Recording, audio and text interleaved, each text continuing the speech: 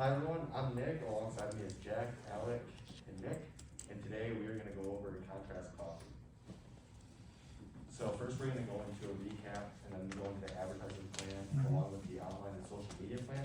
After that we'll do a public relations campaign, our timeline, along with our budget. Going into what we went over quick before, Contrast Coffee does offer wholesale. They offer in-store sales and they also offer online. So you're able to go into Contrast Coffee itself, you're able to go to Myers, and you're also able to go into order online and place an order from there. Also, their Instagram and Facebooks are very well created and maintained. Our target market is going to be students and young professionals around NMU, and then the secondary to be our locals at Marquette. Going into SWOT analysis from last time, the strengths: established coffee chain, their prime business location, they're on 3rd Street, and then the search engine optimization, and then adaptable ordering. What we added this time to our strengths was the familiarity. So being well known already on 3rd Street and whatnot in Marquette drives people that go out of Marquette and then come back to visit again. Helps us. Weaknesses of the community. We don't take into action as much as we say. Product line exposure, differentiation compared to other coffee shops on 3rd Street. Opportunities: advanced community connection, consumer perception, and then the threats are local competition and then national competition. And then reviewing the digital marketing objectives from last time as well, making sure that the conversion rate is high for us, the percentage of returning visitors is high, so coming back onto the website and app, and then organic traffic volumes, and our main focus for that will be SEO. Alright, so Contrast Coffee, we're highlighting here a couple current advertising plans that they do with just local people in the area. For one, they do offer a loyalty program. Every time you visit, you get a point or a star that applies to a greater discount after you reach a certain amount of points. They also offer a 10% discount to college students and even local high school students. They really want people to come in and utilize their space as more of a study area. And also, they generate most of their content on social media, whether that be featuring different seasonal items or general merchandise pushes, or just general, hey, this is who's working here, and come meet the staff. So a couple of our objectives include: one, retaining the retention that they currently have. Again, located right next to Northern and also the Marquette High School. The idea would be to create different programs that encourage students and other visitors to frequently visit them, as well as stay longer than they currently are. The second objective would be to increase the exposure of their wholesale. So currently they have packaged roasts that are in Super One and Econo Foods across the UP. But again, on social media, they haven't posted anything related to their wholesale since I believe it was around July. And lastly, again, part of our weaknesses in our SWOT analysis was the fact that they say they're so community oriented, but they have very little action to prove that. So it'd be to create different user-generated promotions that show Contrast Coffee is really in favor of the community that they're a part of. So for one, retaining the retention. An idea that we decided upon doing is the kind of bottomless coffee incentive to again increase the retention and the duration that many students who study at Contrast can stay longer and visit a lot more. This would be more for the general roast, their general coffee gets the cheapest and costs pennies to make. So I think it'd be nice to have students who go to Contrast Coffee to study and just hang out, to offer some sort of free refill after X amount of time. That way they feel comfortable at the shop. In the sense of them ordering specialty drinks, you could add some sort of precursor, whether that be the amount of time spent there. They could get maybe a free specialty drink refill, or in terms of the amount of times you visit, it could lead up to a free specialty drink. Again, it's just redefining the consumer mindset. I think Contrast Coffee just posted a couple days ago, just reminding people of their 10% discount for college students and high school students. And I think they really enjoy having that community aspect of students going there and kind of having that escape from the academic institutional setting. As for their wholesale exposure, as I mentioned earlier, they are currently in only Super One and Econo Foods across the Upper Peninsula, only again in the Marquette and our Mount areas. And again, Contrast Coffee has 4 different areas that they are currently established in. So the idea for that would be to increase the amount of stores that they could put their product in, their wholesale product specifically. The location aspect of it is comparing the idea that they are strictly in the aisles versus kind of point of sale displays. Comparing to Velodrome, when you walk into Meijer, they have that little table set up towards the front with kind of stacked different roasts that Velodrome offers. I think it would be a great opportunity for Contrast Coffee to do the same, as they're pretty similar in competition. And so the idea behind that would be asking the current stores, Super One and Econo Foods, to potentially see the cost of having their products displayed more towards the front. For example, walking to Econo, they have their bakery section kind of right when you walk in. It'd be nice to kind of pair that with their coffee choices as well. Also, this could lead to kind of a secondary market creation, as we talked about earlier with familiarity. It's coming home to your local coffee shop. It'd be nice for tourists and returning locals to be able to maybe not visit 3rd Street Coffee or Contrast Coffee on 3rd Street, but instead be able to stop at one of their big box stores and buy it from there. And lastly, for the community focus, they also recently just posted on their Instagram a design by a local graphic design student here at Northern that they had commissioned to make a Coffee is Community t-shirt, which I think is a great idea to help implement the whole Coffee is Community idea by having local artists and other people create specialty items. But instead of making more specialty t-shirts and hats and things like that, it'd be nice to apply this more to their general promotions. So Contrast Coffee is known, they have their little white cups with a brown sleeve with the logo on it. I think introducing custom sleeves would be a great idea to kind of further that commitment to community and having that engagement between community and business. So they could potentially hire local artists to design different coffee sleeves, whether that be for the holidays, kind of how Starbucks does with their cups, and other promotions like that. And lastly, the other idea would be to do consumer crafted roasts, similar to how Melted did a couple semesters ago. They wanted to create different grilled cheese combinations to potentially sell at the store. I think this would be a great idea similar to Contrast. It would increase the engagement with customers who are already there by making them feel kind of part of Contrast even further than they already are, by having potential creations like specialty beverages that they created themselves and again would be maybe displayed for about a week or so. This also would intentionally increase word of mouth. If you created a specialty roast at Contrast, you would generally tell your friends, hey, I made a specialty roast at Contrast, go ahead and go try it out, even if you're not currently going to Contrast Coffee. And lastly, again, that would really cement the idea that coffee is community by having specialty roasts and beverages created from the people who sponsor Contrast on a daily basis. Absolutely, and going right off of what Alex said about really making that mission statement of coffee is community, making people feel like they are a part of Contrast. We've got the social media, there's some really engaging posts, people are engaging, it's got that content in there, it's really informative and fun. But having that website and the mobile app that we've been discussing, that's the way to make consumers feel like they have a personality, and really that personal connection with Contrast. They'll be able to form those brand profiles, form a profile that suits them when they want to come into Contrast, what kind of coffee items, what kind of merchandise they like. Contrast is going to know that, and using all the things that websites and that apps are available to us, that geo-tracking, understanding where consumers are and to their level of comfort, getting notifications, getting just different advertisements saying these are the things we know that you like, here's the times that we're free, come on in, interact with us, and getting that interaction and making consumers feel like they have a space through the website and the app where they can just engage with Contrast digitally, and then through there, get them coming back physically again and again. And so we do have social media, and it's really engaging social media that has a following and has very frequent, very well-maintained posts.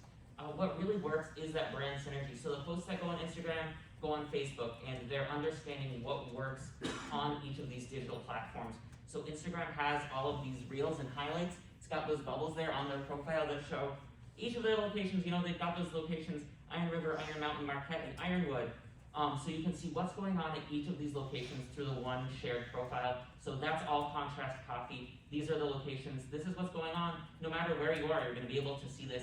It doesn't even have to just be a local thing, just understanding what's going on at Contrast, having those highlights available And then they've also got a panel for the roasting, so you can see some of the roasting process, understand what's going on in that kitchen that they've got, and that wholesale that we're really trying to push, keep showing those, that merchandise that they're selling. And they've got the final one of their highlights is for community sharing consumer-generated content, which is always something that local businesses love to do. And Contrast gets a lot of it. If you check their tag and posts, it's updating every day. There's always people posting what's going on at Contrast and why they're so endeared to it. Other things that we could do with these reels and highlights, they're using real well. Find some of that video connectivity. Right now it's mostly just screenshots and photos that they're doing. Let's make some videos, especially for the roasting process. Show an instructive video on there onto Instagram on those reels and highlights, and we're going to go a little bit further into that in a moment. What about linking that to TikTok and YouTube? These are as of yet unexplored platforms that Contrast is not engaged with. For their Facebook, that's another one very similar to their Instagram. Similar posting going on there. They share a lot of it, which is nice for that brand synergy, again, what they've got going, as well as making what Facebook has, using those options. They've got the connection to ordering and messaging, so they are a brand profile. You can connect with them. They have really good response times. Just message them, see what's going on, and they'll respond to you through Facebook. As well as you can make an order there. So you can reserve a spot there. You can make your online pickup order through Facebook. Let's keep that going. Find that connection that we can do through Facebook and the app and the website. Have that central spot for Contrast Coffee. Some things that they can make, expand upon is those community pages. We want that community aspect. If Contrast is having these community events, as we're going to discuss coming up, tag these businesses, tag other businesses' profiles. A lot of the ways that Facebook audiences find out about new businesses is through what they're already following now, whether it be that through the algorithm, finding what they like already and kind of suggesting new posts, or these already established connections. If Contrast is hooked up to, Fresh Coast Film Festival, someone likes that, and they see that they're tagging each other, they'll be able to be connected to both businesses and to discover new ones that Contrast is forming a community around. And then finally, we want to get into the YouTube and TikTok social media platforms. These are not explored by Contrast right now. I think the only YouTube video that Contrast has ever been associated with was kind of a TV6 post of kind of showing the new location back when it was a new location. So let's keep that going. And really kind of harkening back to what we talked about with the Instagram, those reels and highlights, keep making videos. We have a young demographic. We've got the students, they love videos. We all love videos. They're super engaging, it's fun to watch. We want to post those roasting videos, show people how to make these special blends that Contrast has offering.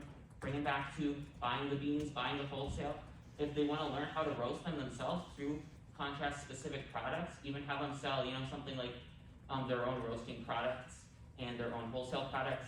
Getting all of these Contrast branded products, watching the video, seeing how to make it, they can make it on their own. They can come to Contrast and do it. And that's the kind of videos that we want to see on YouTube and even TikTok. There's a huge market for those how to make, different recipe item TikToks. It's a fun thing and make it really engaging. Contrast has a lot of that younger demographic, people already engaged with that content. They've got a lot of younger workers, college student workers, that would have a lot of fun making these TikToks, having fun in this awesome picturesque kitchen that they've got in the Marquette location. It's a huge kitchen, it's got a whole section.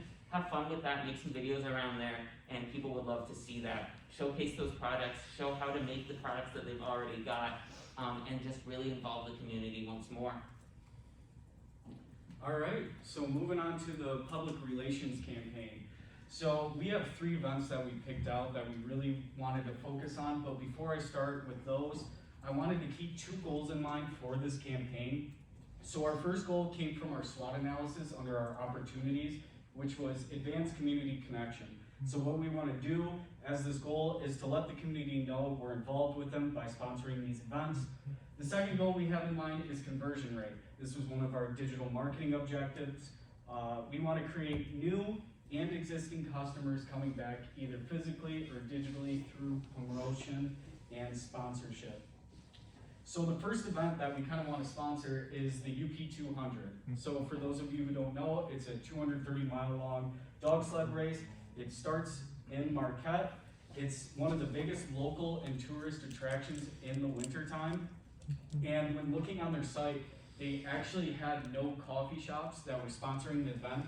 I think their largest sponsor was Meyer. And when looking on their site further, it only costs $100 for a sled banner. So you can have your company displayed right up as the race is going on so people walking by can notice it. So our idea was to get that sled banner and also set up a booth in the warming tent so we can offer coffee to everybody that wants to warm up. Our second event that we wanted to do and sponsor is the Ore to Shore. I actually had no idea what this was beforehand, so this was really kind of cool to find out what it was. It's the biggest bike race in Marquette. So it actually starts in Negaunee, it goes through Ishpeming, and it ends up on the shorelines of Lake Superior. It's a 48-mile long biking course. You can opt to do a 24, and they also have a kids race. Again, currently no coffee shop sponsors. And when looking on their site, different to the UP200 is they had a different list of sponsorships that they had on their website. So we were thinking of either doing the bronze sponsor or the finish line sponsor. So the bronze sponsor, the companies that were sponsoring it were similar companies, local companies to contrast. So the Marquette Food Co-op actually does the bronze sponsor. And then the finish line sponsor is you put a banner at the end of the finish line, and you can also set up a tent. The Quick Stop Bike Shop actually does that too. So we kind of settled on set up the booth at the finish line, so at least have a banner, have a tent available so consumers and racers can come up to the tent, grab some coffee, and such.